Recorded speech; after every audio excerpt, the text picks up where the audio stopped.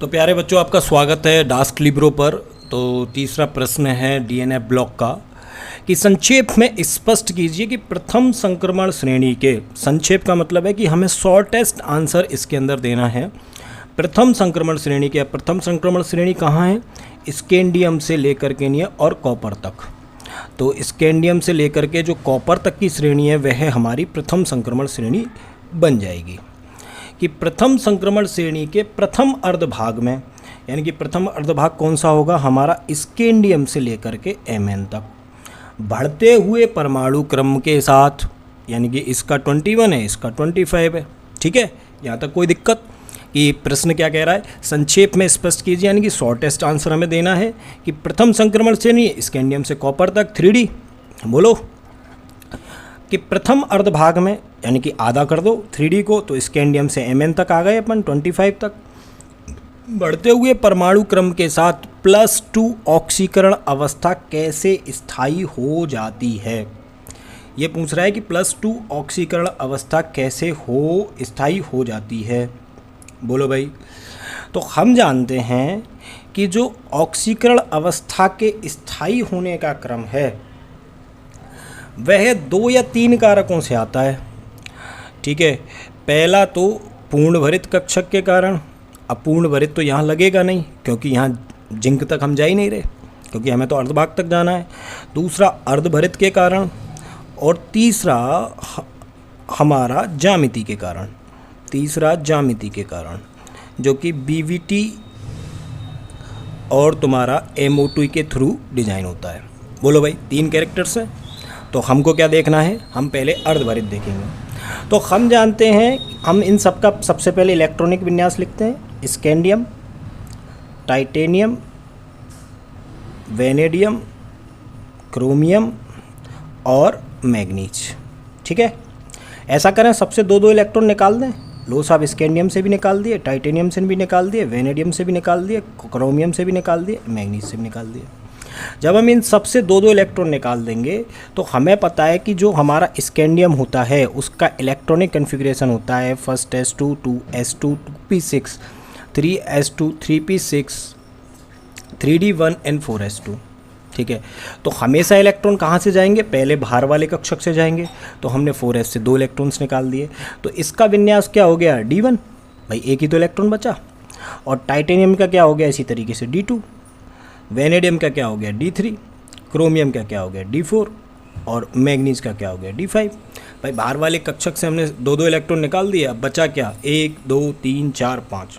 ठीक है, और जो हमारा 3D है वो दिखेगा कैसा? हमारा 3D ऐसा दिखेगा। बोलो भाई कि अब यहाँ पर हमारे स्कैंडियम में कितने इलेक्ट्रॉन आ गए? 1। टाइटेनियम में आ गए 2, और d3 में क्या आ गए? 3। d4 में क्या आ गए? 4। और d5 में कितने आ गए? 5। आ गए भाई इलेक्ट्रॉन। अब प्रश्न को दोबारा से पढ़ो। प्रश्न कह रहा है संक्षेप में स्पष्ट कीजिए। संक्षेप में स्पष्ट करना है तो हमें पेपर में इतना ही लिखना है। ठीक है, इससे ज़्यादा नहीं लिखना। कि प्रथम श्रेणी के प्रथम अर्धभाग में बढ़ते हुए परमाणु क्रमांक के साथ, यानी कि अगर अपन स्कैंडियम से Mn जाएँ, ठीक है, यानी 21 से अपन 25 की तरफ जाएं, तो +2 ऑक्सीकरण अवस्था कैसे अधिक होती जाती है? +2 ऑक्सीकरण अवस्था कैसे अधिक होती जाती है? तो हमें पता है कि Sc को छोड़कर, स्कैंडियम को छोड़कर सभी तत्व, स्कैंडियम को छोड़कर सभी तत्व +2 ऑक्सीकरण अवस्था प्रदर्शित करते हैं।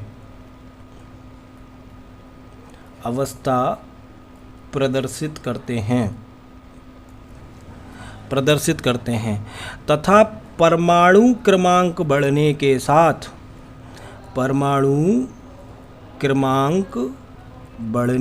साथ, विन्यास अर्धपूरित हो जाएगा, अर्धपूरित d5 हो जाएगा। जो अभरित या अपूरित विन्यास से अधिक स्थायी है। बोलो भाई, हम ये पढ़ के आए कि भाई अब Mn के जो 3D उपकोष है उसमें 5 इलेक्ट्रॉन हो गए, और 5 इलेक्ट्रॉन होने की वजह से जो Mn का D है वह ज़्यादा स्थायी होगा। तो जैसे जैसे हमारा परमाणु क्रमांक बढ़ रहा है वैसे वैसे क्या है कि हम अर्धपूरित विन्यास की तरफ जा रहे हैं, और जब हम अर्धपूरित विन्यास की तरफ जा रहे हैं तो हम क्या है, स्थायित्व की वृद्धि होती है। इसलिए Mn2+ सर्वाधिक स्थायी होगा। इसलिए Mn2+ सर्वाधिक स्थायी होगा। इतना सही क्वेश्चन है, इतना सही आंसर है। प्रश्न से घबराना नहीं है कि प्रश्न इतना बड़ा दे दिया है, भाषा थोड़ी डिफ़िकल्ट बना दी है, ज़्यादा क्लिष्ट कर दिया है भाषा को। भाषा से डरने की तनिक भी आवश्यकता नहीं है। आपको केवल प्रश्न को पढ़ करके नहीं, उसकी लैंग्वेज को एक्सप्लेन करना है खुद को, और जैसे ही लैंग्वेज को एक्सप्लेन करोगे प्रश्न का उत्तर आपके सामने होगा। फिर से एक बार देखो, संक्षेप में स्पष्ट कीजिए, यानी कि शॉर्ट एंड स्वीट आंसर देना है। प्रथम संक्रमण श्रेणी हम जानते हैं 3D होती है। इसके प्रथम अर्धभाग में, यानी कि 3D के अंदर 10 एलिमेंट्स होते हैं, तो प्रथम अर्धभाग का मतलब हो गया आधे, यानी कि 21 से लेकर 25 तक, स्कैंडियम से लेकर Mn तक। बढ़ते हुए परमाणु क्रमांक के साथ, तो भैया स्कैंडियम से जब Mn जाएंगे तो हम परमाणु क्रमांक में तो ऑटोमेटिकली वृद्धि हो रही है। ये कह रहा +2 ऑक्सीकरण अवस्था। ऐसा करो, सबसे 2-2 इलेक्ट्रॉन निकाल दो। निकाल दिए सबसे 2-2 इलेक्ट्रॉन, तो हमको विन्यास क्या मिला, D1 D2 D3 D4 D5। कह रहा है कि +2 ऑक्सीकरण अवस्था कैसे अधिक स्थायी होती जाती है।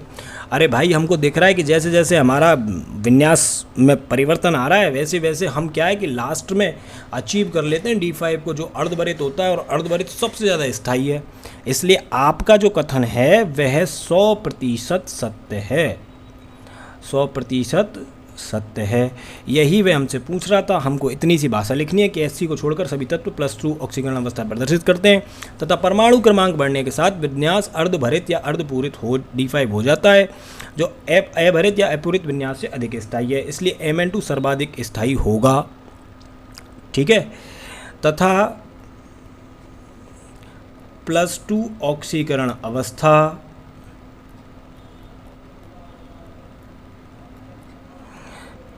स्थायी होती जाएगी। सिंपल सा आंसर है, ज़्यादा कोशिश करनी नहीं है। ठीक है भाई, मिलते हैं नेक्स्ट वीडियो में।